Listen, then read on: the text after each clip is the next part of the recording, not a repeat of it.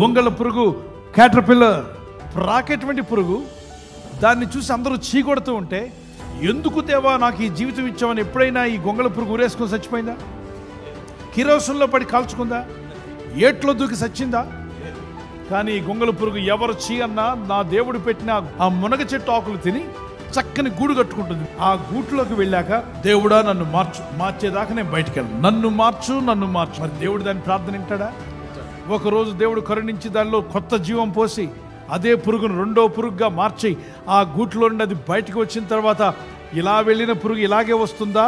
రెక్కలు చాపి పైకి ఆడించుతూ గాల్లో ఎగురుతూ వచ్చింది. జీవితం మారిందా? నీ విలువ పెరిగిందే. మనసు మార్చుకున్నావా? నీ విలువ పెరిగిందే.